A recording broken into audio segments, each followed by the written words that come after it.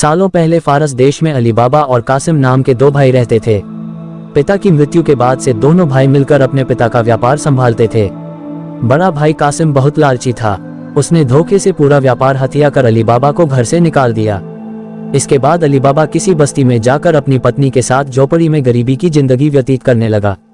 वह रोजाना जंगल जाकर लकड़ियां काट कर लाता और बाजार में उन्हें बेचकर जैसे कैसे घर का गुजारा चलाता था। एक दिन अली बाबा ने जंगल में लकड़ी काटते समय 40 घुड़सवार को वहां आते हुए देखा। सभी घुड़सवार के पास धन की पोटली और खंजर थे। ये देखकर वह समझ गया था कि ये सभी चोर हैं। अली बाबा एक पेड़ के पीछे छिपकर उन्हें देखने लगा। तभी सभी घुड़सवार एक पहाड़ के पास जाकर खड़े हो गए। तभी चोरों के सरदार ने पहाड़ी के सामने खड़े होकर बोला, खुल जा सिम सिम। इसके बाद पहाड़ में से एक गुफा का दरवाजा खुला।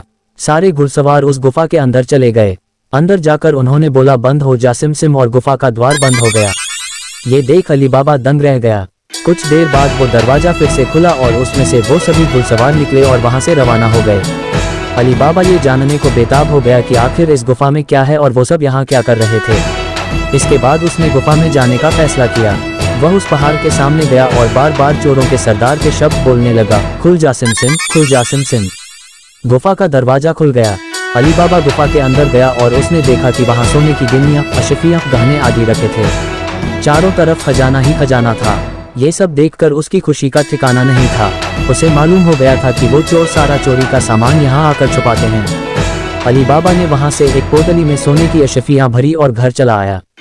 घर जाकर अली बाबा ने इस पूरे किस्से के बारे में अपनी पत्नी को बताया। एक साथ इतनी सारी अशफियां देखकर उसकी पत्नी हैरान रह गई और अशफियों को गिनने बैठ गई। तभी अली बाबा ने बोला कि ये इतनी अशफियां हैं कि इन्हें गिनते गिनते रात हो जाएगी। मैं गड्ढा खोदकर इन्हें छुपा देता हूँ जिससे किसी को भी हम पर शक न हो। अली बाबा की पत्नी बोली, मैं इनकी गिनती नहीं कर सकती हूँ, लेकिन अंदाजे के लिए इन्हें तोल तो सकती हूँ। अली बाबा की पत्नी भागती हुई कासिम के घर गई और उसकी पत्नी से गेहूं को तोलने के लिए तराजू मांगने लगी। ये देखकर कासिम की पत्नी को उस पर शक हुआ। उसने सोचा कि इन गरीब लोगों के पास अचानक उनके पास इतना अनाज कैसे आया। वो अंदर गई और तराजू के नीचे गोंद लगाकर लाए और उसे दे दिया। रात को अली बाबा की बीवी ने सारी अशफियों को तोला और तड़के सुबह उनका तराजू लौटा आई। कासिम की पत्नी ने तराजू को उल्टा करके देखा तो उस पर सोने की एक अशफी चिपकी हुई थी। उसने यह बात अपने पति को बताई। कासिम और उसकी पत्नी यह जानकर जला भुन गए। दोनों को रात भर नींद नहीं आई। सुबह होते ही कासिम अली बाबा के घर गया और उससे धन का स्रोत पूछने लगा। ये सुनकर अली बाबा ने कहा, आपको कोई गलतफहमी हुई है, मैं तो एक मामूली लकड़हारा हूँ। कासिम ने बोला कि तुम्हारी बीवी कल हमारे घर से अशफियों को तोलने के लिए तराजू लेकर गई थी। ये देखो, ये अशफी तराजू पर चिपकी मिली है। सब सच बताओ, नहीं तो मैं सबको बता दूंगा कि तुमने चोरी की है। ये सुनकर अली बाबा ने सच सच सारी कहानी बता दी। कासिम के मन में लालच आ गया। उसने खजाना हथियाने का प्लान बनाया और अगले दिन गुफा पहुंच गया। वह अपने साथ एक गधा भी लेकर गया ताकि वह उस पर खजाना लाद कर ला सके। गुफा के सामने पहुंचकर उसने अली बाबा ने जैसे बताया था वैसे ही किया।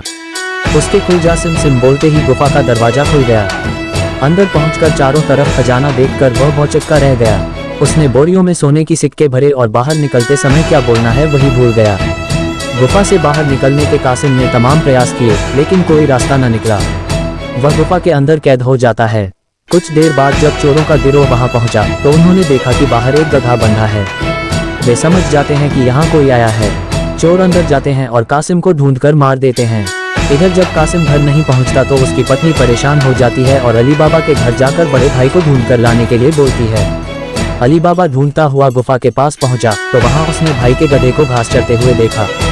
वह समझ जाता है कि कासिम अंदर गया था और चोरों ने उसे पकड़ लिया है। अली बाबा जब गुफा के अंदर गया तो उसे कासिम की लाश मिली। अली बाबा लाश को घर लाता है और बिना किसी को बताए प्राकृतिक मौत घोषित करके उसका अंतिम संस्कार कर देता है। कासिम की पत्नी के कहने पर अली बाबा और उसकी पत्नी कासिम का व्यापार संभालने लगते हैं और उसके साथ रहने लगते हैं। वहीं जब चोर गुफा में आते हैं और कासिम की लाश नहीं देखते तो समझ जाते हैं कि खजाने का राज किसी और को भी पता है। वह गांव में जाकर पता लगाते हैं कि कुछ दिनों में किसके घर में मौत हुई है। चोरों को अली बाबा का घर मिल जाता है। चोर ने उसके घर के बाहर क्रॉस का निशान लगा दिया जिससे रात के समय उन्हें उसका घर समझने में आसानी हो।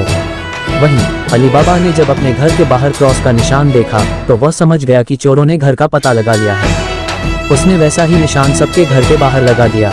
रात में जब चोर आए तो सबके घर पर वैसा निशान बना देखकर दुविधा में पड़ गए और वापस चले गए। चोरों का सरदार चुप चुप बैठने वालों में से नहीं था। उसने उस मोहल्ले में अपने आदमी को भेजकर यह पता लगवाया कि हाल फिलहाल में कौन शख्स वहां अमीर हुआ है। इससे उसे अली बाबा के बारे में पता चला। उसने उसका घर अच्छे से पहचाना और रात के समय में तेल व्यापारी बनकर उसके घर पहुंचा। वह अपने साथ तेल के 40 पीपों को लेकर गया, जिसमें 39 में चोर और एक पीपा में तेल था। उसने सोचा कि रात में जब सब सो जाएंगे तो वो सब मिलकर अली बाबा को मार देंगे।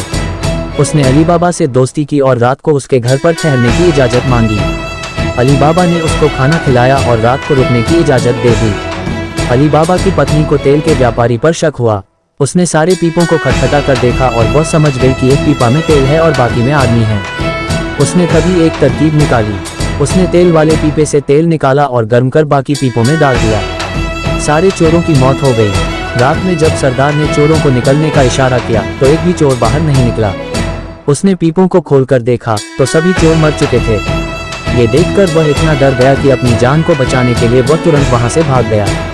सुबह अली बाबा की पत्नी ने ये सारी बात अली बाबा को बताई, जिसे जानकर वह बहुत खुश हुआ। अब उन 40 चोरों के सारे खजाने का अकेला मालिक अली बाबा था।